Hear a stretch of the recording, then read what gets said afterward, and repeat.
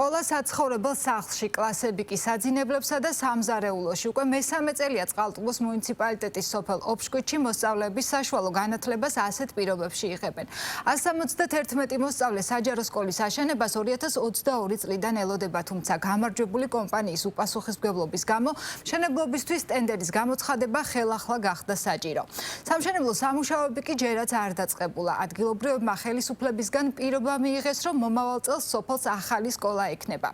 განათლების რეფორმის ფარგლებში ერთ-ერთი მთავარი გამოწვევაა სასკოლო ინფრასტრუქტურა. გვაქვს გარკვეული პრობლემები, რომელთა მოგვარებასაც მაქსიმალურად მოკლე ვადებში ვცდილობთ. გეგმავთ სკოლების მშენებლობის ახალ ტალღას, განაცხადა მედიასთან ინფრასტრუქტურის მინისტრმა 2 დღის წინ. იქნება თუ არა ამ გეგმის ნაწილი ოფშკვითის საჯარო სკოლა უახლოეს მომავალში გაირკვევა. ირმა ჭოლაძისა და დავით ლორთქიფანიძის რეპორტაჟი. წყალტუბოს მუნიციპალიტეტის სოფელ ოფშკუჩში სასწავლო პროცესი უკვე 3 წელია კერძო სახლში მიმდინარეობს.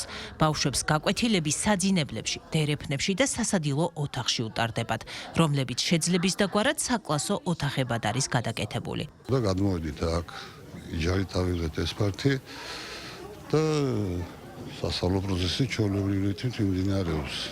აქ არის პირობები, რაც ჭირდებათ ბავშვებს, არის თქვა საპირფარეშოები, სპორტული რაღაც დარბაზი. მოედანზე ვართ, აი აქ მოედანი გვაქვს შეჯერობით, აი ამ სიტუაციებში ვართ. და ზამთრობით ახლა თუ კი სპორტული კუთხით ავიღეთ, თუ ჭადრაგზე ვართ გადასული, სულაში ვართ გენაცვლე. ანუ პირველი მე-6 არის პირველი ცვლა და შემდეგ არის მეორე ცვლა. რამდენი მოსწავლე გქონდა, რამდენი? 180-მდე ბავშვი გყავს, ჩვეულებრივად 12 კლასი ყავს, საშუალო საფეხური არის და ესე მიმდინარეობს სასწავლო პროცესი. ახლა კლას კაბინეტები და ესეთ რაღაცა ცოტა 7 საკლასო ოთახი გვაქვს, 6 საკლასო ოთახი პლუს ამას 1 სამასწავლებელი. სკოლაში ამჟამად 171 ბავშვი სწავლობს და ფუნქციონირებს 12 კლასი. იმისთვის, რომ ბავშვები საკუთარ საკლასო ოთახში შევიდნენ, მათ სხვა საკლასო ოთახის გავლა უწევთ. ოთახები არ არის იზოლირებული და სკოლად გადაკეთებულ კერძო სახლში არსებული საპირფარეშო ამორტიზებულია. სკოლას არ აქვს სპორტული დარბაზი. სკოლის დირექტორი ამბობს, რომ მიუხედავად ასეთი პირობებისა, ბავშვებს სასწავლო პროცესში ჩამორჩენა არ აქვთ. გვაქვს სერიოზული წარმატებები სოფელში. ესეთ პირობებში უფრო მეტი ყურადღებით თავართ ესე ქვია. გვაქვს წარმატებები, ჩართული ვართ ყველანაირ პროექტებში და რა თქმა უნდა ოლიმპიადებში ჩვეულებრივად ბავშვები ღებულობენ მონაწილეობას. არა მარტო ოლიმპიადებში, სპორტული თამაშების თუ კი არის, სადმე კიდე ჩვეულებრივად ღებულობს მონაწილეობას. სოფელ ოფშკუჩში არსებული სკოლის შენობა ამორტიზებულად შესაბამისი დასკვნის საფუძველზე 2022 წელს გამოცხადდა. სკოლის შენობის დემონტაჟი 2 წელს გაგრძელდა. ტენდერში გამარჯვებულმა კომპანიამ სამუშაო არ შეასრულა, რის გამოც ტენდერი ახლიდან გამოცხადდა. ორჯერ გახდა საჭირო მშენებლობის ტენდერის გამოცხადებაც. სამშენებლო სამუშაოები ამ დრომდე დაწყებული არ არის. ორჯერ შეიცვალა პროექტი მაგ სკოლის.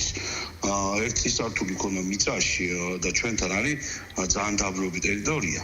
და პროექტი თავიდან ბოლომდე რომ ზემოთ ამოსულიყო ის სართული შევცვალეთ, მაგრამ დაგვაგვიანა ერთი 3-4 თემა პროცესებს დააგვიანდა, მანამდე იყო და დანგრევაზე კიდე რაღაც პრობლემები შეგვექნა და გაჭიანურდა კომპანია, ვისაც უნდა დაენგრია, მაგრამ ჩააგდო რა აღარ დაანგრია ბოლომდე.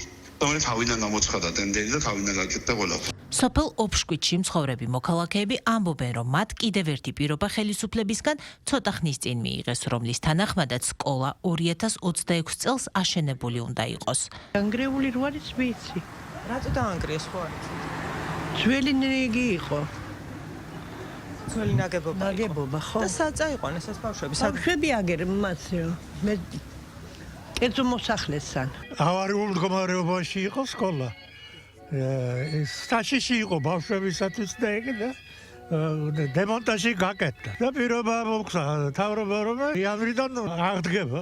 კარგი პირობებია ჩვეულებრივი, ახლა იდეალური არცად არაა, მაგრამ სკოლა აშენდება და უკეთესი იქნება რა თქმა უნდა.